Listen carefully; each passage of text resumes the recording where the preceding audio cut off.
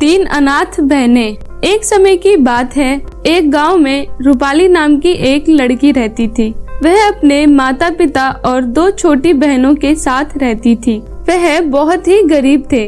उसके माता पिता दोनों ही मजदूरी का काम करते थे और जैसे तैसे अपना घर चलाया करते थे और अपनी तीनों बेटियों को भी पढ़ाया करते थे। वह तीनों अपने ही गांव के एक छोटे से स्कूल में पढ़ती थीं।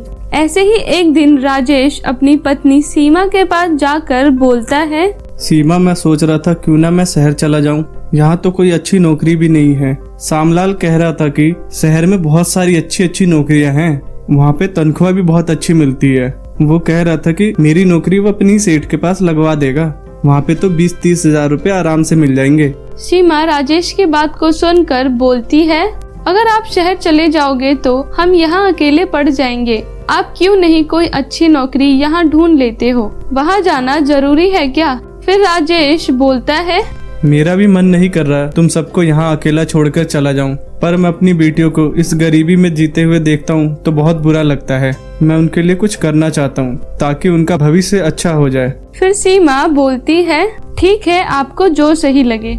सीमा ने तो जाने के लिए हामी भर दी थी, पर उसे अपने पति राजेश को जाने देने का मन नहीं कर रहा था। फिर भी वह कुछ नहीं बोलती और राजेश को जाने देती है। शहर जाने के बाद राजेश अच्छी नौकरी करने लगता है और कुछ ही दिनों के बाद जब वह अपने काम पर जा रहा होता है तो उसका एक भयानक सा एक्सीडेंट हो जाता है और राजेश की समय पर ही मृत्यु हो जाती है। जब यह खबर सीमा को मिलती है तो सीमा यह सदमा बर्दाश्त नहीं कर पाती और उसकी भी मृत्यु हो जाती है। बेचारी रूपाली और उनकी दोनों छोटी बहनों के सर पर अब दुखों का पहाड़ टूट पड़ा था। पल भर में ही उनके माता पिता नहीं रहे। अब वह तीनों अनाथ हो गई। रूपाली रोते हुए बोलती है, हे भगवान, आपने ये हमारे साथ क्या किया? एक ही दिन में हमारे सर से हमारे माता पिता का हाथ छीन लिया और हमें यूं बेसहारा और अनाथ बना दिया। आपने हमें भी क्यों छोड़ा? हमें भी मार देते। रूपाली की बात सुनकर उसकी बहन बोलती है, दीदी आप ऐसा क्यों बोल रही हो? हमें डर लग रहा है, आप ऐसी बातें ना करो। इतना बोलकर वह दोनों रोने लगती हैं। उन्हें इस तरह रोता हुआ देख रूपाली मन ही मन में सोचती है, अब मैं यूं टूट नहीं सकती हूँ, मुझे हिम्मत रखना होगा। अगर अब मैं ही टूट जाऊंगी तो मेरी दोनों छोटी बहनों का क्या होगा? मुझे ही उनका ख्याल रखना होगा। रूपाली इतना सब सोच ही रही होती है कि तभी उसके मामा वहाँ आ जाते हैं और रूपाली से बोलते हैं, बेटा तुम तीनों कैसे हो? मुझे जैसे ही पता चला कि तुम्हारे माँ बाप नहीं रहे, मैं फौरन यहाँ चला आया। बेटा तुम चिंता मत करो, तुम चलो मेरे साथ मेरे घर में, तुम सब मेरे साथ रहना। इतना बोलकर उनके मामा महेंद्र उन तीनों बहनों को अपने घर ले जाते हैं। उनके मामा बहुत अमीर थे, उनका बहुत बड़ा घर था और उनके घर में बहुत से नौकर चाकर भी थे। महेंद्र उन तीनों को अपने घर ले जाते हैं और अपनी पत्नी सुमित्रा से कहते हैं, सुमित्रा, आज से ये तीनों हमारे साथ हमारे घर में ही रहेंगी। तुम तो जानती हो दीदी और जीजाजी नहीं रहे, अब ये तीनों अनाथ हो गई हैं, इसीलिए मैं अपने साथ इन्हें यहाँ रहने के लिए ले आया हूँ। फिर सुमित्रा बोलती है, अरे अनाथ हो गई है तो इन्हें किसी अनाथ आश्रम में छोड़ आते ना। यहाँ मेरे सर पे बिठाने के लिए क्यों ले आए हो इन्हें? खुद तो विदेश चले जाओगे काम के लिए और इन तीनों मनुष्यों को यहाँ मेरे सर पर छोड़ जाओगे। अरे हमारी भी एक बेटी है, मैं उसका ख्याल रखूं या इन तीनों मनुष्यों को झेलती रहूं? बिना सोचे समझे इन भिखारियों को यहाँ उठा लाए। सुमित्रा की बात सुनकर महेंद्र बोलता है, सुमित्रा, ये तुम कैसी बातें कर रही हो? भूलो मत, कभी हम भी बहुत गरीब थे, तब जीजाजी ने और दीदी ने ही अपने साथ हमें रखा था कितने सालों तक। उस गरीबी में उन्होंने हमें अपने साथ रखा। वो चाहते तो कभी भी हमें भगा सकते थे, पर नहीं, उन्होंने हमें नहीं भगाया क्योंकि वो हमें अपना समझते थे। तुम ये सारी एहसानें भूल गई? आज उन्हीं की वजह से मेरी नौकरी विदेश में है। आज जब उनकी बेटियों को हमारी जरूरत पड़ी है, उनकी मदद करने के बजाय तुम इतना अनाप शनाप बोल रही हो उन्हें। फिर सुमित्रा बोलती है, तो क्या करूं, इनको मैं अपने घर में रहने दूं ताकि बड़ी होकर ये सब कुछ चट कर जाए और फिर से अपनी तरह ही भिखारी बना दे हमें? सच में सुमित्रा, तुम्हारी ऐसी छोटी सोच पर मुझे बहुत शर्म आ रही है। तुमसे ऐसी उम्मीद नहीं थी मुझे। और ये मत भूलो, ये घर मेरा है और इस घर में वही होगा जो मैं चाहूंगा और ये तीनों यहीं रहेंगी, चाहे कुछ भी हो जाए। सुमित्रा इतना सुनकर अपना पांव पटकते हुए वहाँ से चली जाती है। अपने मामा और मामी की बातों को सुनकर रूपाली को बहुत बुरा लगता है। वह अपने मामा से बोलती है, मामा जी आप दोनों प्लीज हमारी वजह से लड़ो मत। अगर मामी नहीं चाहती कि हम तीनों यहाँ रहें तो कोई बात नहीं, हम यहाँ से चले जाते हैं। अरे बेटी, सुमित्रा को तो आदत है चिक चिक करने की, उसकी बातों पे ध्यान मत दे। जब तक मैं जिंदा हूँ तुम्हें इस घर से कोई नहीं भगा सकता। फिर रूपाली अपनी दोनों छोटी बहनों के साथ अपने मामा के घर में ही रहने लगती है। महेंद्र की एक बेटी भी थी जिसका नाम नेहा था। वह भी अपनी माँ की तरह ही घमंडी और नासमझ थी। वह रूपाली से बहुत चिढ़ती थी। एक दिन ऐसे ही वह अपनी माँ के पास जाकर बोलती है, माँ इस रूपाली का कुछ करना पड़ेगा। जब से ये मेरे क्लास में पढ़ने लगी है तो सब उसी को पसंद करते हैं। मेरी सारी सहेलियाँ भी पूरे दिन उसी की बात करती रहती हैं कि वह कितनी समझदार है, कितनी पढ़ती है, पढ़ाई में कितनी अच्छी है। सबके सब उसी की तारीफ करते रहते हैं। ये सब सुनकर मैं थक गई हूँ।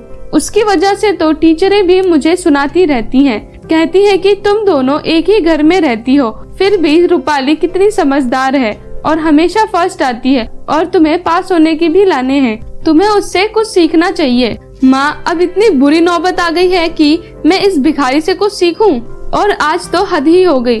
उन्होंने मुझे क्लास से बाहर ही निकाल दिया और मेरी खूब बेइज्जती करी सारे क्लास के बच्चों के सामने। सब बच्चे मुझ पर हंस रहे थे। बस एक होमवर्क ही तो नहीं किया था मैंने और इसके लिए मुझे इतना भला बुरा सुनाया। ये सब सुनकर सुमित्रा अपनी बेटी से बोलती है, तू चिंता मत कर, इसका तो मैं कुछ करती हूँ। बस ये तेरे पापा विदेश चले जाए, उसके बाद इनको मेरे हाथों से कोई नहीं बचाने वाला। पर माँ पापा कब जाएंगे? पता नहीं बेटी, जब से ये तीनों मनुष्य यहाँ आई है तब से यह इन्हीं के चक्कर में लगे रहते हैं। अपना काम धंधा सब छोड़कर यहाँ बैठे हुए हैं, बस इन तीनों के साथ ही रहते हैं। अरे इतना तो उन्होंने तुझे भी प्यार नहीं किया। ऐसा लगता है कि वही उनकी परिवार है, हम तो कुछ है ही नहीं। ऐसे ही कुछ दिन बीत जाते हैं और फिर महेंद्र के ऑफिस से उसकी सेक्रेटरी का कॉल आता है, सर पूरे 5 महीने हो गए हैं, आप यहाँ कब आओगे? यहाँ काम बहुत बढ़ गया है, आपकी बहुत जरूरत है। बॉस ने आपको 2 दिन के अंदर यहाँ आने के लिए बोला है। अगर आप यहाँ नहीं आओगे तो वह कह रहे थे कि आपको नौकरी से हटा देंगे। ये सब सुनकर महेंद्र परेशान हो जाता है और वह मन ही मन सोचता है, अगर वह रूपाली और उनकी बहनों को यहाँ छोड़कर अकेला चला जाएगा तो सुमित्रा पता नहीं इनके साथ क्या करेगी, उन्हें खाना देगी भी या नहीं। ये सब वह सोच ही रहा होता है कि तभी रूपाली वहाँ आ जाती है। फिर वह अपने मामा को यूं उदास देख पूछती है, मामा क्या हुआ, आप ठीक तो हो ना? कुछ परेशान लग रहे हो आप, क्या हुआ है? फिर उसके मामा बोलते हैं, कुछ नहीं बेटी, मेरे ऑफिस से फोन आया था, वो मुझे ऑफिस बुला रहे हैं क्योंकि काम का काफी लोड बढ़ गया है। अगर मैं 2 दिन के अंदर ऑफिस नहीं गया तो वो मुझे काम से निकाल देंगे। फिर रूपाली बोलती है, तो इसमें परेशान होने वाली क्या बात है, आप ऑफिस जाओ तो वह आपको नहीं निकालेंगे।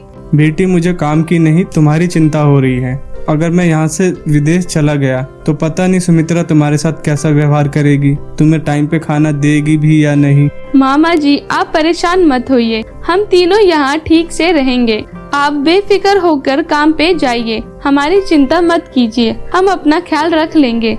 ठीक है बेटी, तुम इतना कह रही हो तो मैं चला जाता हूँ और मैं वहाँ जाकर अपने जॉब को ट्रांसफर कराने की कोशिश करूँगा कि मुझे इसी शहर में जॉब मिल जाए। तुम चिंता मत करना, मैं कुछ ही दिन में लौट आऊँगा। फिर कुछ देर के बाद महेंद्र तैयार होकर जाने लगता है तो वह जाते हुए सुमित्रा से बोलता है, सुमित्रा मैं जा रहा हूँ पर मैं 2-3 दिन में ही लौट आऊँगा, तो तुम इन तीनों का ख्याल रखना जब तक। चलो अब मैं चलता हूँ रूपाली बेटा, वहाँ पहुँचकर तुम्हें कॉल करूँगा। इतना बोलकर महेंद्र विदेश के लिए निकल जाता है। फिर रूपाली और उसकी दोनों बहनें भी अपने कमरे में चली जाती है। महेंद्र की बातों को सुनकर नेहा अपनी माँ से बोलती है, देखा ना माँ आपने, पापा ने जाते हुए मुझे बाय तक नहीं बोला, बस उनकी ही फिक्र हो रही थी उन्हें, और बस इतना बोल के गए कि उनका ख्याल रखना, और चले गए। वह तो हमसे प्यार ही नहीं करते बिल्कुल भी। जब से ये तीनों बहनें यहाँ आई है, ना जाने पिताजी पर क्या जादू कर दिया है। पूरे दिन बस इन्हीं के माला जपते रहते हैं। कभी कभी ऐसा लगता है कि अनाथ वह नहीं हम हैं। फिर सुमित्रा गुस्से में बोलती है, अब बस बहुत ऐश कर लिया इन तीनों ने। अब तो मैं इन तीनों को यहाँ एक पल नहीं रहने दे सकती हूँ। इन तीनों को यहाँ देखकर तो मेरा दम घुटता है। फिर नेहा बोलती है, पर माँ हम कर भी क्या सकते हैं, इन्हें यहाँ से निकालेंगे तो पापा पूछेंगे नहीं इनके बारे में, और ये तीनों कहीं घूम फिर के वापस आ गई तो फिर हम पिताजी को क्या बोलेंगे। हाँ ये बात भी है, मुझे इनका परमानेंट इलाज करना पड़ेगा। मुझे इन्हें जान से मारना होगा ताकि ये वापस लौट कर भी ना आ सके। पर माँ आप इन्हें मारोगे कैसे? मैं इनके रात के खाने में जहर मिला दूंगी, फिर तो वह तीनों मौत के घाट पहुंच जाएंगी। इतना बोलकर सुमित्रा और उसकी बेटी नेहा दोनों ही हंसने लगती हैं। तभी उनकी सारी बातें रूपाली की दोनों छोटी बहनें चुपके से सुन लेती हैं और वह दोनों अपनी बहन रूपाली के पास जाकर उसे सारी बातें बताती हैं। दीदी, मामी हमारे रात के खाने में जहर मिलाने वाली है और वह हमें जहर वाला खाना खिलाकर हमें मारना चाहती हैं। रूपाली अपनी बहन की यह बात सुनकर बोलती है, आयशा तुम ये क्या बोल रही हो, होश में तो हो ना?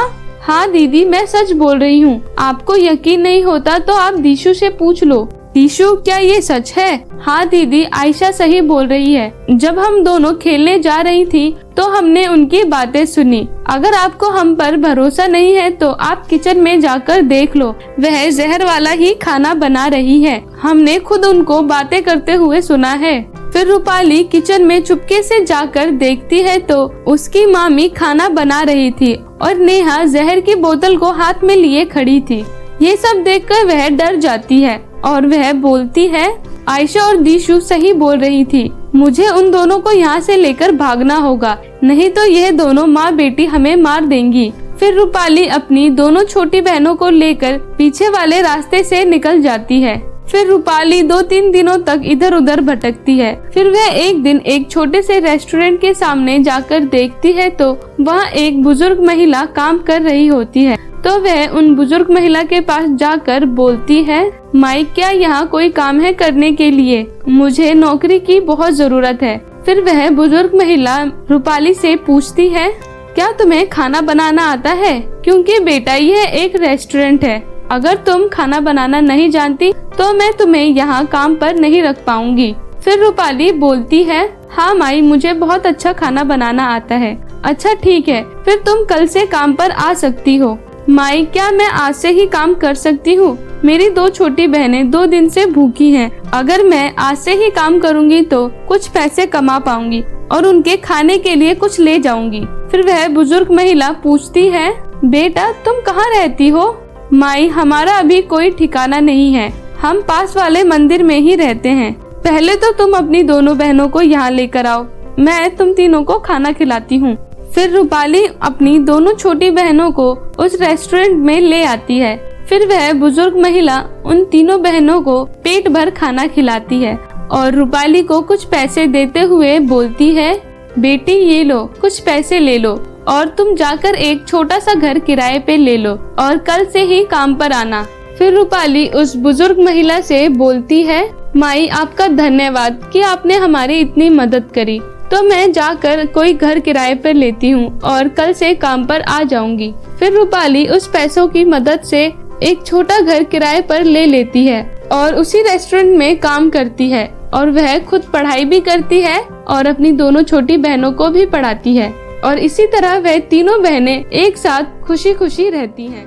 तो मेरे प्यारे दोस्तों, कैसी लगी आपको हमारी ये कहानी? प्लीज कमेंट करके जरूर बताएं और इसे अपने दोस्तों के साथ भी जरूर शेयर करें। और हाँ दोस्तों, अगर आपने अभी तक हमारे इस चैनल को सब्सक्राइब नहीं किया है तो प्लीज नीचे लाल बटन दबाकर अभी सब्सक्राइब कर लें। तो मिलती हूँ आपको किसी नई कहानी के साथ, तब तक अपना ध्यान रखें। Tata bye bye.